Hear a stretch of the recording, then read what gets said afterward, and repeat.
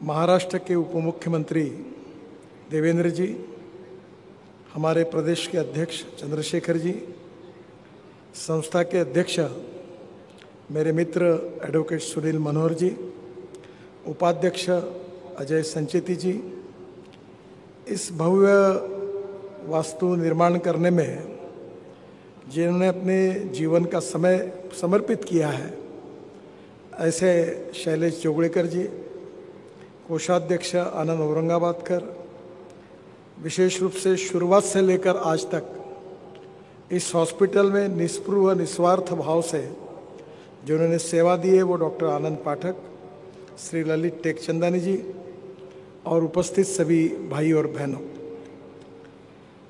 मुझे याद है कि विदर्भ में जब भी किसी को कैंसर होता था तो मुंबई जाना पड़ता था। टाटा कैंसर के सिवा कोई पर्याय नहीं था और मुंबई में इस प्रकार की सेवा वहाँ रहना ये काफ़ी मुश्किलें होती थी। पर मुंबई में जो टाटा कैंसर का जो स्टैंडर्ड था, जो इक्विपमेंट थे, जो डॉक्टर थे, उसी स्तर का ये नेशनल कैंसर इंस्टीट्यूट तैयार हुआ है। और मुझे इस बात की खुशी है कि ये स्टेट ऑफ आर्ट ऐसा बना हुआ है कि इसकी हर चीज़ देश में, केवल देश में ही नहीं तो वर्ल्ड स्टैंडर्ड का ये इंस्टीट्यूट बना है। और इसलिए मैं देवेंद्र जी के नेतृत्व में काम करने वाले इस पूरे टीम को हृदय से बहुत बहुत धन्यवाद देता हूँ, उनका अभिनंदन करता हूँ। मुझे पता है कि देवेंद्र जी का और शैलेश जी का इस कैंसर इंस्टीट्यूट के साथ भावनात्मक संबंध है, क्योंकि हमारे सबके मार्गदर्शक विलास जी फडणवीस जिनके मार्गदर्शन में हमने काम किया, तब उन्होंने भोसला मिलिट्री स्कूल, ये जो मैं विशेष रूप से 95-2000 में पालक मंत्री था नागपुर का, तो विलास जी ने आग्रह करके ये भोसला मिलिट्री स्कूल का निर्माण करने में उनका योगदान था। और उसी समय उनके मन में ये भावना थी कि एक कैंसर के लिए हमारे यहाँ सेवा करने वाला एक अच्छा अस्पताल बने। देवेंद्र जी ने बचपन के समय, ये हमारे लिए बहुत दुर्भाग्यपूर्ण था कि गंगाधर राव जो देवेंद्र जी के पिताजी थे, उनका स्वास्थ्य अच्छा था, मजबूत थे, पर कैंसर के कारण उनको अपनी जान गंवानी पड़ी। अनेक हमारे प्रिय कार्यकर्ता ऐसे हैं कि जिनको कैंसर के कारण उनके जीवन समाप्त हुआ, ये हमने देखा है। शैलेश जी के भी जीवन में उनकी पत्नी को भी इसी प्रकार की बीमारी आई और दोनों ने भावनात्मक रूप से ये देखा था कि कैंसर होने के बाद परिवार पर क्या प्रकार की बीतती है। गंगाधर राव का भी उदाहरण हम सबने सामने देखा और शैलेश जी ने भी इसका अनुभव किया। तो इस हॉस्पिटल के साथ दोनों का एक इमोशनल, भावनात्मक संबंध है और वो संबंध बहुत ही पिताजी के कारण देवेंद्र जी के मन में ये भाव आया कि इसमें कुछ करना चाहिए, और शैलेश जी के भी मन में भावना थी और विलास जी का मार्गदर्शन, इसके बाद में ये बहुत बड़ी इंस्टीट्यूशन तैयार हुई है। ये बात जरूर है कि अमेरिका में 33% कैंसर के रुग्ण जो है उनकी संख्या में कमी हुई है और भारत में मरने वालों की संख्या जो है वो तेजी से बढ़ रही है और कैंसर का फैलाव भी हो रहा है। और इसलिए स्वाभाविक रूप से कैंसर होने के पहले उसका डायग्नोसिस होना और उसके ऊपर उपाय योजना ये अतिशय आवश्यक है। मुझे विश्वास है कि विदर्भ, मध्य प्रदेश, छत्तीसगढ़ और तेलंगाना कुछ पार्ट, यहाँ से लोगों के लिए टाटा कैंसर जैसी ये इंटरनेशनल स्टैंडर्ड की सेवा देकर सही में मैं यहाँ की जनता की ओर से ये जो उन्होंने उपलब्ध की हुई स्टेट ऑफ आर्ट सेवा है, इसके लिए देवेंद्र जी को और उनके नेतृत्व में काम करने वाले पूरी टीम को जनता की ओर से बहुत बहुत धन्यवाद देता हूँ कि उनकी बहुत बड़ी सुविधा हुई है। अभी हमने छोटे बच्चों को देखा और मुझे याद आया कि मैं जब पोर्ट का मंत्री था तो टाटा कैंसर के लोग यहाँ उपस्थित हैं। वहाँ 4 पोर्ट ट्रस्ट की बिल्डिंग, मुंबई पोर्ट ट्रस्ट की बिल्डिंग मैंने केवल बच्चों के लिए टाटा ट्रस्ट को दी थी। वो बिल्डिंग अच्छी बनी उसमें 500-600 बच्चे रह सकते हैं, उनके बालक रह सकते हैं। मुंबई में फुटपाथ पर लोग सोते थे। बिहार से, यूपी से, अरुणाचल से, देश भर से बच्चे आते थे। और जब मैं उस हॉस्पिटल के उद्घाटन के लिए गया और वहाँ बच्चे गार्डन में खेल रहे थे, उनके साथ बिस्किट थे, खा रहे थे, उनके चेहरे पे खुशी थी, कैंसर की ट्रीटमेंट उनको मिल रही थी, पर उसका दुख नहीं था। तब मुझे वो सब देखते हुए मेरे भी आंखों में आंसू आए। आज वही स्थिति हमें देखने के लिए मिली कि गोंदिया जिले से आया हुआ ग्रामीण क्षेत्र का एक लड़का जो कैंसर का रुग्ण है, वो पीडियाट्रिक जो वार्ड था उसमें उसकी ट्रीटमेंट हो रही थी।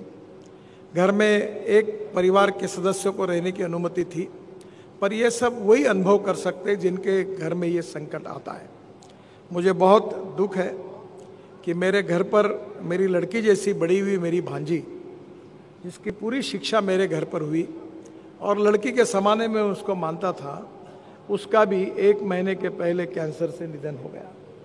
तो क्या बीतती है, कितनी अस्वस्थता होती है, ये जब घटना होती है तो भी वो अनुभव की जा सकती है। और इसलिए ऐसा संकट जिनके ऊपर आता है, उनको फिर से जीवन में जीने की उम्मीद देना, उनका आत्मविश्वास बढ़ाना, उनकी सेवा करना, उनको वैद्यकीय उपचार रिजनेबल रेट में उपलब्ध करा के देना, ये बहुत ही आवश्यक काम है। मुझे और एक बात की खुशी है कि देवेंद्र जी ने जिसका उल्लेख किया है कि हमारे विदर्भ में जो पूर्व विदर्भ है, नागपुर, भंडारा, चंद्रपुर, गढ़चिरौली और गोंदिया, ये 5 जिलों में जो शेड्यूल कास्ट और शेड्यूल ट्राइब जो कम्युनिटी है, उनमें सिकल सेल और थैलेसीमिया के हजारों ने लाखों से रुग्ण है और उसका बढ़ ही रहा है। आदरणीय मुख्यमंत्री जी भी यहाँ है।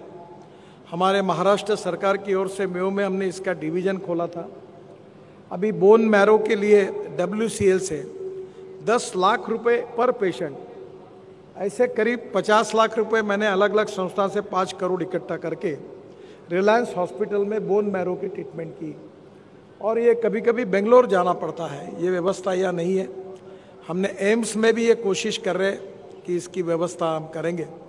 मैं मुख्यमंत्री जी और देवेंद्र जी को भी अनुरोध करूंगा कि ये गरीब लोग इसको बेयर नहीं कर सकते और इसलिए सिकल सेल और थैलेसीमिया ये विशेष रूप से केवल शेड्यूल कास्ट और शेड्यूल ट्राइब के लोगों में है। मुझे खुशी है कि देवेंद्र जी ने इसके बारे में कहा है कि वो इसके कैंसर रिसर्च इंस्टीट्यूट है और रिसर्च ये बहुत ही आवश्यक है, क्योंकि रिसर्च के कारण ही हम इसको रोक पाएंगे।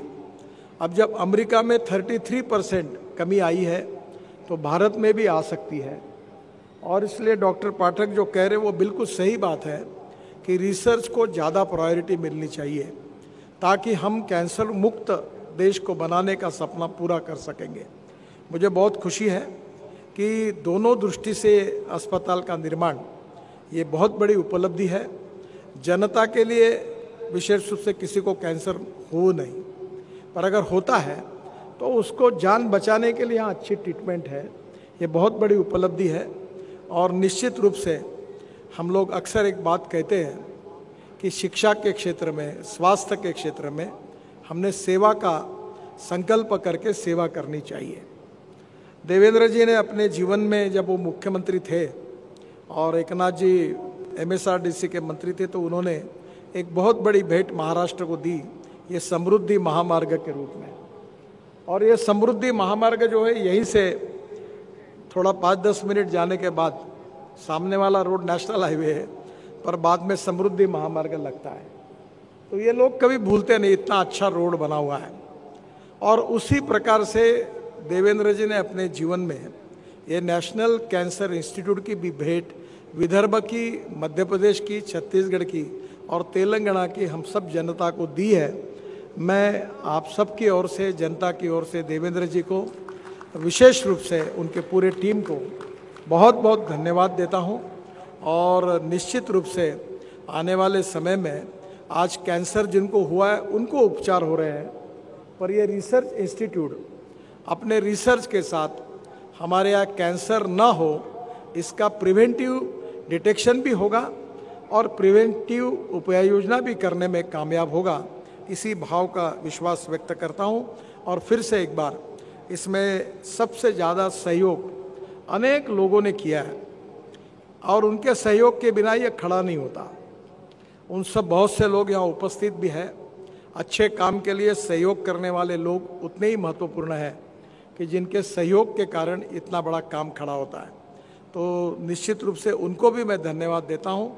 और विशेष रूप से ये इंस्टीट्यूट रिसर्च इंस्टीट्यूट के रूप में अमेरिका में जाने के लिए लोग बहुत जाते हैं, तो अब ये अमेरिकन इंस्टीट्यूट के साथ कुछ टेक्नोलॉजिकली जॉइंट वेंचर अगर हो सकता है तो वहाँ टाटा भी साथ में है, पर वर्ल्ड का लेटेस्ट रिसर्च उसके आधार पर की उपाय योजना ट्रीटमेंट, ताकि हम लोगों को राहत दे सके, ऐसा वर्ल्ड स्टैंडर्ड का नाम इसका जरूर होगा। इसी विश्वास के साथ इसको शुभकामनाएं देते हुए मैं अपनी बात को समाप्त करता हूं। धन्यवाद। सह्याद्रीची उंची म्हणजे